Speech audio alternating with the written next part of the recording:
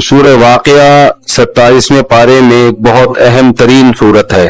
تو میں نے ارادہ کیا کہ آج انشاءاللہ میں سورہ واقعہ کا کچھ تفسیرہ کچھ تفسیر اس کی بیان کروں گا.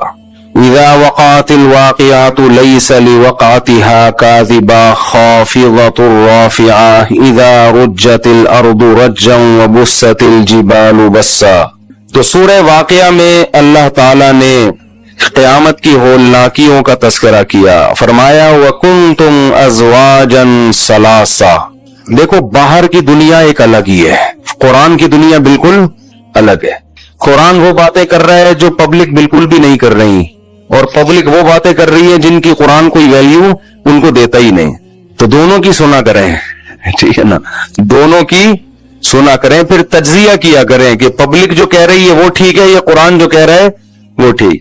پبلک کہہ رہی ہے کہ انسانوں کی بہت ساری قسمیں ہیں, کچھ کالے ہوتے ہیں, کچھ گورے ہوتے ہیں, گورے اچھے لگتے ہیں, کالے ان کو اچھے نہیں لگتے. کچھ دولت مند ہوتے ہیں, کچھ غریب ہوتے ہیں, دولت مند اچھے لگتے ہیں, غریب اچھے نہیں لگتے. کچھ چھوٹے قد کے ہوتے ہیں, کچھ اونچے قد کے ہوتے ہیں, چھوٹے قد کے اچھے نہیں لگتے, اونچے قد کے اچھے لگتے ہیں.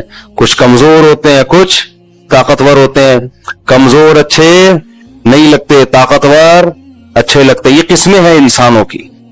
تو جب ہم دیکھتے ہیں تو ہمارے ذہن میں اچھائی اور برائی کا ایک معیار قائم ہو جاتا ہے. یار گورے سب کو اچھے لگتے ہیں, تو کریمیں لگا لگا کے کیا کر رہے ہوتے ہیں, اپنے آپ کو گورا کرنے کی کوشش کر رہے ہوتے ہیں. دولت مند اچھے لگتے ہیں, گاڑیوں میں گھومتا ہوا آدمی, ہر آدمی دولت کے پیچھے بھاگتا. یہ پبلک کی باتیں ہیں. صحت مند اچھے ہوتے ہیں, یہی وجہ ہے لڑکے جم جا جا کے ڈنڈ پیل رہے ہوتے ہیں, صحیح ہے نا. طاقتور اچھا ہوتا ہے. تو دنیا کی باتیں یہ ہیں کہ اتنی قسموں کے لوگ ہیں دنیا میں, بہت ساری قسمیں. انسان چاہتا ہے ان میں جو قسم سب سے اچھی سمجھی جاتی ہے میں اس کو اختیار کروں. لیکن جب ہم قرآن کی طرف آتے ہیں, قرآن کہتا ہے یہ ساری قسمیں تھوڑے دنوں کے لیے ہیں, سب مر کے مٹی ہو کے بولو ختم. لہذا اس میں اگر تم خوبصورت بن بھی گئے تو مٹی, طاقتور بن بھی گئے تو بھی مٹی, دولت مند بن بھی گئے تو بھی مٹی. ہر چیز کا انجام کیا ہے, مٹی. اس لیے اللہ کی نظر میں اس کی ویلیو مچھر کے پر کے برابر بھی نہیں. یہ اللہ کے لیے ہو تو ٹھیک ہے, نہیں ہو تو کوئی ویلیو نہیں ہے. پیسہ اگر اللہ کی رضا کے لیے حاصل کر رہا ہے پھر تو ٹھیک ہے. عیش کے لیے صرف مزے اڑاؤں گا, اڑا لو, تھوڑے دن کے مزے ختم ہو جائیں گے. قارون سے زیادہ تو اڑا نہیں سکتے.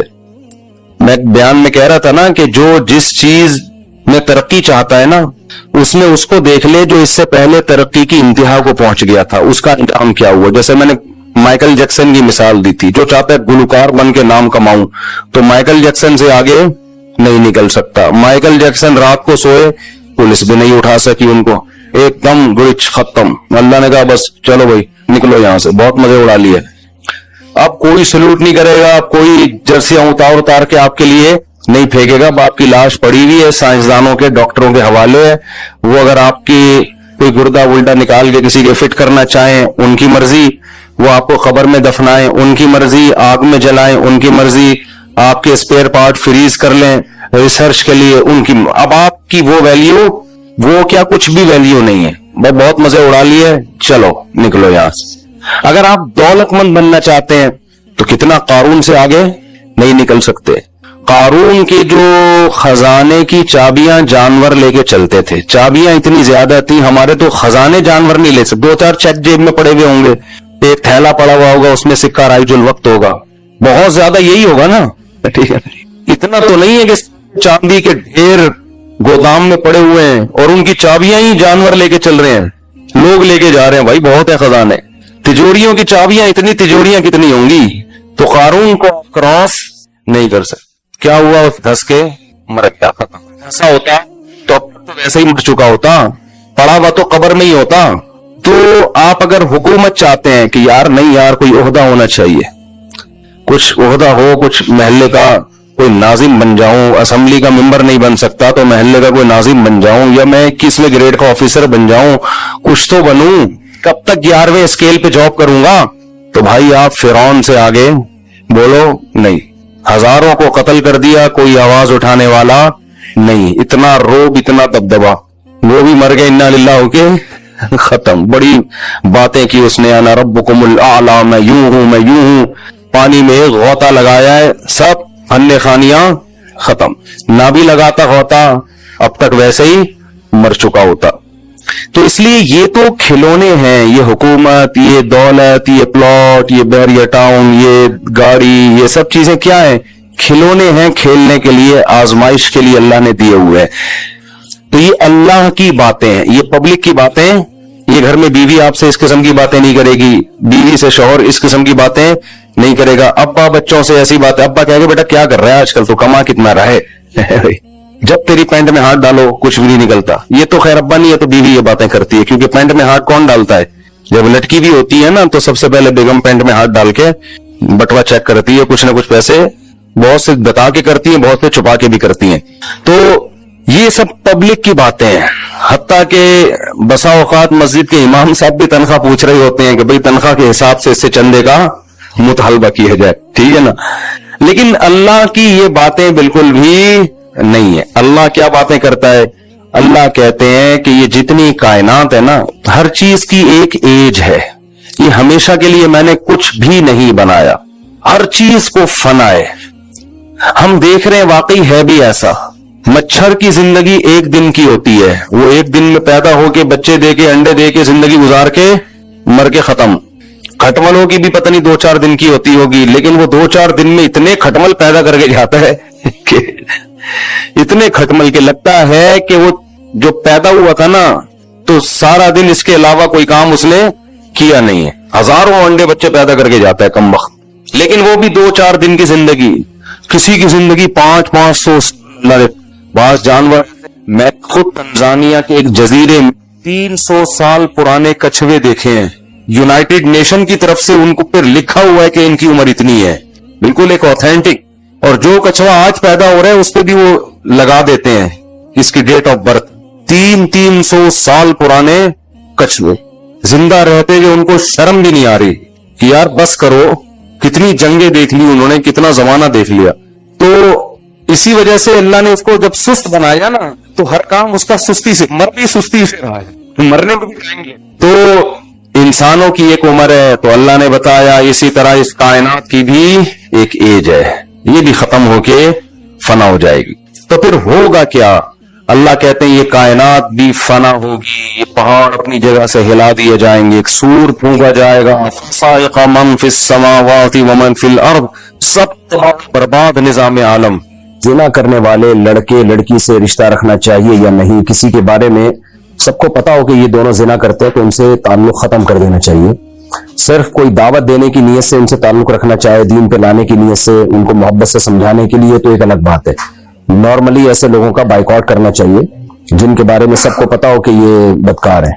تو ہاں میں نے بتایا دعوت کی نیت ایک الگ بات ہے, مبلغ کیا کسی سے ریلیشن قائم کرنا تاکہ لوگ گناہ چھوڑیں ایک الگ بات ہے. عام آدمی کو نہیں ریلیشن رکھنا چاہیے, اس کے بڑے نقصانات ہوتے ہیں کیونکہ یہ لوگ پھر کھلی محفلوں میں اس کا تذکرہ کر رہے ہوتے ہیں, تو آہستہ آہستہ دل سے پھر برائی نکل جاتی ہے. نبی صلی اللہ علیہ وسلم نے ارشاد فرمایا کہ بنی اسرائیل کے علماء لوگوں کو گناہوں سے روکتے تھے, پھر اس کے بعد خود ہی انہیں کے ساتھ دوستیاں یاریاں بھی رکھتے, گپ شپ بھی رکھتے. حدیث کا مفہوم میں اپنے الفاظ میں بیان کر رہا ہوں. تو ہوا یہ کہ پھر اللہ تعالیٰ نے دل سب کے سیاہ کر دیے. تو اس لیے اس میں بہت احتیاط کی ضرورت ہے. جو کھلے عام گناہ کر رہے ہوں یہ سال ثواب کے لیے عمرہ کریں تو تمام مرحومین کے لیے ایک ہی عمرہ کر لیں یا الگ الگ کریں, مثلا بہن بھائیوں کے لیے الگ اور والدین کے لیے الگ, سب طرح سے جائز ہے جی, جیسے آپ کو اچھا لگے. اس سال ثواب میں زیادہ فوکس صدقہ خیرات کو کیا کریں جس کا صراحتاً حدیث میں ذکر ہے. تو آج کل صدقہ خیرات لوگ کر نہیں رہے ہوتے, ٹھیک ہے عمرہ بھی کر سکتے ہیں لیکن صدقہ خیرات کو زیادہ فوکس کریں. منصوص ہے, صحابی نے عرض کیا افاتصدق عنہا, میری ماں کا انتقال ہو گیا صدقہ کروں, ان کی طرف سے نبی نے فرمایا ہاں. جو لوگ اپنی بیماری کی وجہ سے روزہ نہیں رکھ سکتے اور معاشی حالت بھی ایسی ہے کہ فدیہ بھی ادا نہیں کر سکتے, تو کیا روزے معاف ہو جائیں گے؟ یا بیماری ایسی ہے کہ بعد میں قضا بھی نہیں رکھ سکتے؟ جب بیچارے روزہ بھی نہیں رکھ سکتے اور غربت اتنی ہے کہ فدیہ بھی نہیں دے سکتے, تو پھر اللہ معاف کرنے والا ہے, کیونکہ اللہ نے یہی کہا ہے کہ جو روزہ نہیں رکھے وہ قضا کرے, اور قضا بھی نہیں ہو سکتا تو فدیہ دے, تو کچھ بھی نہیں ہو سکتا تو اللہ اللہ کرے. البتہ قضا رکھ سکتا تھا اور بلا وجہ تاخیر کی اس نے, بڑھاپے تک پہنچایا اس قضا کو تاخیر, پھر گناہگار ہوگا, پھر توبہ استغفار کرنی پڑے گی اس کو. قیصر احمد کشمیر سے ہمارے یہاں ایک عالم ہیں جو کہتے ہیں کہ بنا داڑھی والے چہرے کی طرف دیکھنا حرام ہے. ایسا نہیں ہے. وہ عالم کا شاید یہ مطلب ہوگا کہ جو نوجوان بچے ہوتے ہیں جن کی داڑھی نہیں نکلی ہوتی, خوبصورت بچے ہوتے ہیں, تو جو لوگ لڑکوں سے بدفعلی کی جن کو عادت ہوتی ہے, یہ ایک بیماری ہوتی ہے, تو اس طرح کے لوگ ایسے لڑکوں کو دیکھتے ہیں تو ان کے دل میں برے خیالات آتے ہیں, کیونکہ آج کل فساد کا دور ہے. تو اس لیے بعض علماء اس میں بڑی شدت کرتے ہیں کہ سب پہ پابندی لگاتے ہیں, ایسے لڑکوں کی طرف نظر ہی نہ اٹھاؤ. تو وہ کوئی شرعی مسئلہ نہیں ہوتا, وہ اس لیے برا کہتے ہیں تاکہ آپ برائی سے بچے رہیں اور ہومو سیکشولیٹی کی طرف آپ کی جو ہے آپ کی ڈیزائرز پیدا نہ ہو. تو آج کل شادیوں میں بھی تاخیر ہوتی ہے نا, جائز طریقے سے جب آپ کی حلال خواہش پوری نہیں ہوتی تو انسان پھر گن میں منہ مارنے کی کوشش کرتا ہے. تو اس لیے ہمارے بعض مشائخ اور اکابر اس مسئلے میں بہت احتیاط کا حکم دیتے ہیں, یہ اس وجہ سے کیونکہ فساد کا دور ہے, شہوت پرستی کا دور ہے. باقی یہ ایسا نہیں ہے کہ اطلاق سب کے لیے حرام ہے, سب ایک جیسے نہیں سوچ والے ہوتے. بہت سے لوگوں کو جن کی ٹائم پہ شادی ہو, پاکیزہ ذہن ہو, ان کی کبھی بھی کسی لڑکے کی طرف توجہ جاتی نہیں ہے. وجہ اس کی ہے کہ یہ نیچرل نہیں ہے, یہ تو گھن آتی ہے انسان کو اس کے تصور سے بھی, کیونکہ اللہ نے مرد کے لیے عورت بنائی ہے اور عورت کے لیے مرد کو بنایا. تو لیکن بہرحال فساد کا دور ہے, اس لیے اور بعض علماء اس میں سختی کرتے ہیں اور کرنی بھی چاہیے. تو ہم بھی لوگوں سے منع کرتے ہیں جو کنوارے چھڑے چھاٹ لڑکے ہیں, بھائی آپ اس طرح کے لڑکوں سے زیادہ ریلیشن نہ رکھیں. جو جن کے داڑھی نہ آئی ہو, ان میں تھوڑا سا عورت پن ہو, مردانگی پوری مردانہ وجاہت نہ اس میں, تو اس میں فتنے میں پڑنے کا اس زمانے میں اندیشہ ہے. اس لیے احتیاط کا حکم دیا جاتا ہے, ورنہ شریعت میں صراحتاً ایسا کوئی حکم نہیں ہے. اگر شوہر کہہ دے کہ میرا تمہارا گزارا نہیں ہو سکتا, کہ کیا طلاق ہو جائے گی؟ نہیں جی, اس سے نہیں ہے. تو صبح شام